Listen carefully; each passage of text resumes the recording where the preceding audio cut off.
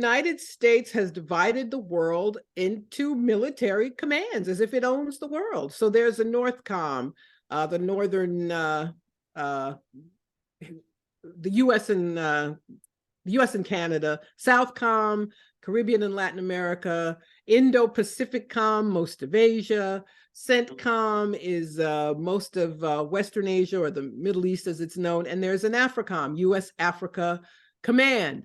And it started at the end of the George W. Bush administration, but really grew under Obama. Basically, it integrates African militaries into the U.S. And it's an effort, obviously, to control these countries, to control their politics. It's also an effort to counter Chinese economic influence in Africa, which is only growing through the Belt and Road Initiative. But you know, as Black people, we have to oppose NATO. NATO destroyed Libya. You know, it's the North Atlantic Treaty Organization. How did they decide to destroy Libya? So it's the U.S. and NATO, there are 800 U.S. military bases, U.S. and NATO military bases all over the world. They work with the former colonizers like France. African countries are trying to finally really kick France out of Africa, kick the military out.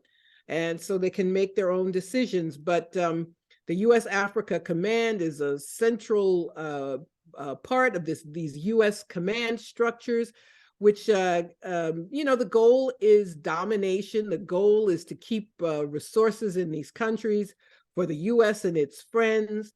And it obviously means that people in these countries don't have sovereignty and don't have a say in their countries. And there's nothing good about military spending. There's nothing good about militarism. And Black Alliance for Peace, we have a U.S. Out of Africa, Shut Down AFRICOM campaign. And we always point out that there's no divide between the domestic and the international.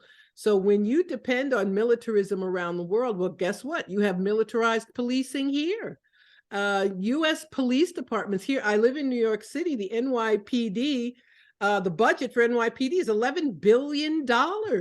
And we're told, oh, no, you can't cut, you can cut everything else, libraries, education, everything else that helps the people, but you can't cut the police budget. If you combine the budgets for policing in the United States, it's as big as the military budgets of most other countries. And so then you can't be surprised when the police kill people with impunity.